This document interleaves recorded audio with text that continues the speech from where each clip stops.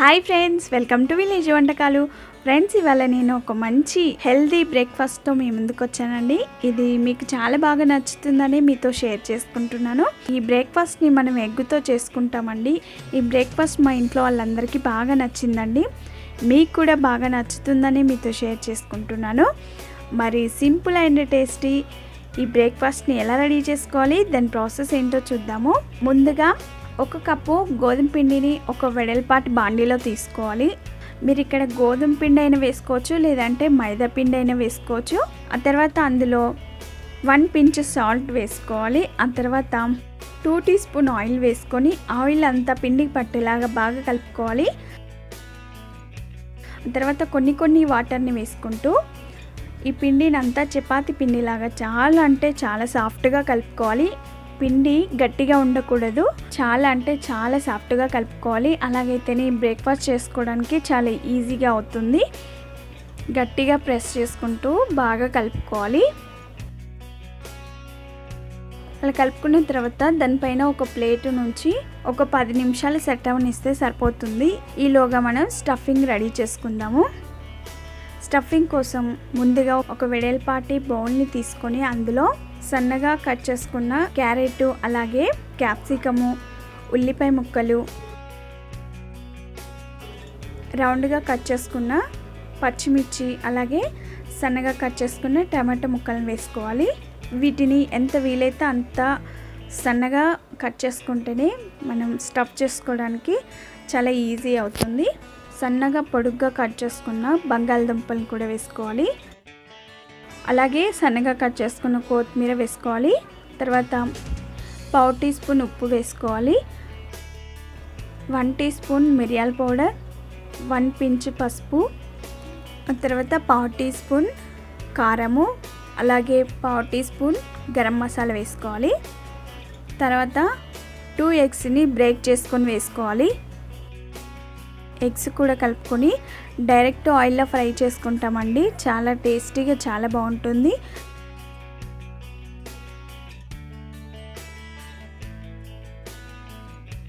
Two ఎగ్స్ని వేసుకున్న తర్వాత బాగా కలుపుకోవాలి. మనం వేసుకున్న వెజిటేబుల్స్ అలాగే ఎగ్ మిశ్రమం బాగా కలిసేలాగా కలుపుకోవాలి.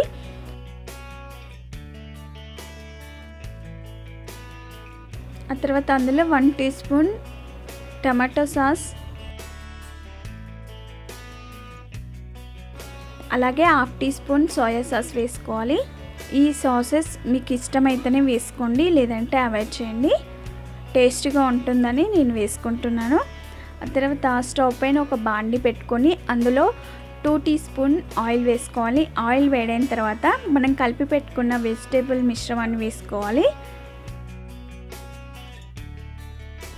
వేసుకొని ఒకసారి బాగా కలుపుకోవాలి. మనం ఇవన్నీ సన్నగా తరిగాం కాబట్టి మనకి ఈ వెజిటేబుల్ అనేది తొందరగా ఉడికిపోతాయి.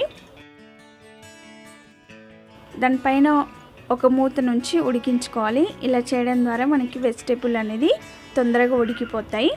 తర్వాత మధ్యలో కలుపుకుంటూ తింటూ ఉడికించుకోవాలి. ఇది వట్టిదైనా కూడా చాలా టేస్టీగా ఉంటుందండి. అలాగే చాలా హెల్దీ కూడా. ఎక్కువ స్పైసెస్ ఏం వేసుకోలేదు. ఇది పిల్లలకు కూడా బాగా నచ్చుతుంది. వట్టిది కూడా ఇలా పెట్టినా కూడా తినేస్తారు. చాలా బాగుంటుంది. చూడండి, ఇక్కడ వెజిటేబుల్స్ అన్నీ చక్కగా ఉడికిపోయాయి. మరి ఎక్కువగా ఉడికించకూడదు. చూడండి, ఇక్కడ వెజిటేబుల్స్ అన్నీ బాగా ఉడికాయి. అలా ఉడికించుకున్న తర్వాత స్టవ్ ఆఫ్ చేసుకొని ఈ మిశ్రమాన్ని అంతా చల్లారనివ్వాలి. ఈలోగా మనం పిండి ముద్దను తీసుకొని దాన్ని ఒకసారి బాగా కలుపుకోవాలి.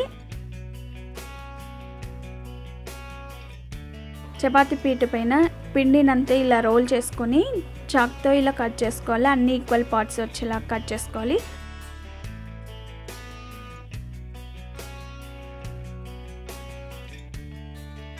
ఒక్కొక్క దాన్ని తీసుకొని ఇలా ప్రెస్ చేసుకుంటూ బాల్స్ లాగా ప్రిపేర్ చేసుకోవాలి.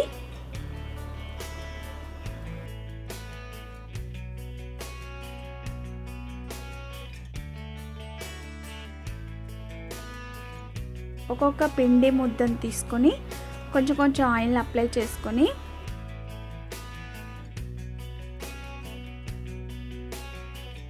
దాన్ని ప్రెస్ చేసుకుంటూ ఉండాలి. బాగా చపాతీలాగా రౌండ్గా చేసుకునే అవసరం లేదండి. కొంచెం ఇలా ఒక్క సైడ్ ప్రెస్ చేసుకుంటే సరిపోతుంది. మీకు ఒకవేళ అతుక్కున్నట్లు వస్తే దానికి కొంచెం ఆయిల్ని అప్లై చేసుకున్నట్లయితే అతుక్కోకుండా వస్తుంది. తర్వాత ఇలా ఒకే సైడు ప్రెస్ చేసుకోవాలి. తర్వాత రెండో సైడ్ కూడా ఇలా మామూలుగా అనుకోవాలి. ఆ చపాతీ బాల్ని మనం ఇలా సిలిండర్ షేప్ లాగా రెడీ చేసుకోవాలి. బాగా పల్చగా ఒత్తుకోకూడదండి, కొంచెం మందంగానే ఉండాలి. చూపించిన విధంగా ఇలా రెడీ చేసుకున్న తర్వాత మనం రెడీ చేసుకున్న స్టఫింగ్ని కొంచెం కొంచెం తీసుకొని ఇలా పొడుగ్గా పెట్టుకోవాలి. దాంట్లో ఎంత పడుతుందో అంత మాత్రం పెట్టుకోవాలి. ఎక్కువ పెట్టుకొని ప్రెస్ చేసుకుంటే బయటకు వచ్చేస్తుంది. ఇలా కొంచెం కొంచెం పెట్టుకున్న తర్వాత రెండు అంచుల్ని కూడా ఇలా క్లోజ్ చేసుకోవాలి. గట్టిగా ప్రెస్ చేసుకుంటూ క్లోజ్ చేసుకోవాలి. ఆ తర్వాత చివరి అంచుల్ని కూడా క్లోజ్ చేసుకోవాలి. ఇలా చూపించిన విధంగా ఫోల్డ్ చేసుకోవాలి. ఇలా మడత వేసుకోవాలి. అప్పుడప్పుడు మనం చపాతీలను కూడా ఇలా మడత వేసుకుంటూ చేసుకుంటాం కదా, అదే ప్రాసెస్లో దీన్ని ఇలా ఫోల్డ్ చేసుకోవాలి. చూడండి, మీకు లోపల స్టఫింగ్ బయటికి రాకుండా ఎంత చక్కగా ఫోల్డ్ అయిపోయిందో. అలా ఫోల్డ్ చేసుకున్న తర్వాత మనం దీన్ని ఆయిల్లో వేసుకునేటప్పుడు కొంచెం ప్రెస్ చేసుకొని వేసుకుంటాము. ఇలా రెడీ చేసుకునేదాన్ని ఒక ప్లేట్లోకి తీసుకోవాలి. ఆ తర్వాత ఇంకొక పిండి ముద్దను తీసుకొని ఇలా కోళ్ళతో ప్రెస్ చేసుకుంటూ ఒత్తుకోవాలి. ఒక్క సైడే ఒత్తుకోవాలండి. ఇది చేసుకునేటప్పుడు జాగ్రత్త చేసుకోవాలి. బాగా పల్చగా అవ్వకూడదు. చూపించిన విధంగా ఇంత మందంగా చేసుకోవాలి.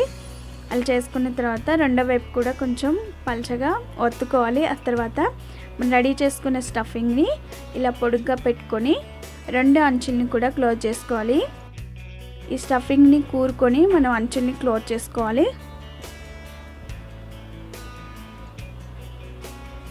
చూసారు కదా, అంచుల్ని గట్టిగా క్లోజ్ చేసుకోవాలి. ప్రెస్ చేస్తే ఇలా ప్రెస్ చేయడం ద్వారా అవి ఈజీగా అతుక్కుంటాయి. అలా అతికించుకొని క్లోజ్ చేసుకొని ఇలా చూపించిన విధంగా ఫోల్డ్ చేసుకుంటే మనకి ఈ బ్రేక్ఫాస్ట్ రెడీ అయిపోయినట్టే. దీన్ని షాలో ఫ్రై చేసుకుంటే సరిపోతుంది. ఇలా చూపించిన విధంగా జాగ్రత్తగా చేసుకోవాలి. అన్నిటిని కూడా ఇదే విధంగా చేసుకొని ఒక ప్లేట్లోకి తీసుకోవాలి. తర్వాత స్టవ్ పైన ఒక బాండీ నుంచి అందులో కొంచెం ఆయిల్ వేసుకోవాలి. ఇది మనం ఇక్కడ డీప్ ఫ్రై చేసుకోవట్లేదండి, షాలో ఫ్రై మాత్రమే చేసుకుంటున్నాము. అందుకే కొంచెం ఆయిల్ వేసుకున్న తర్వాత ఆయిల్ కొంచెం వేడైన తర్వాత ఒక్కొక్క దాన్ని ఆయిల్లో వేసుకోవాలి. వేసుకొని ఇలా గట్టిగా ప్రెస్ చేసుకోవాలి. మరీ ఎక్కువగా కాదు, కొంచెం మామూలుగా ఇలా ప్రెస్ చేసుకుంటే మనకి ఈ పిండి ముద్దలా లేకుండా కొంచెం వెడల్పుగా వస్తుంది. ఇలా ప్రెస్ చేసుకొని ఆయిల్లో ఫ్రై చేసుకోవాలి.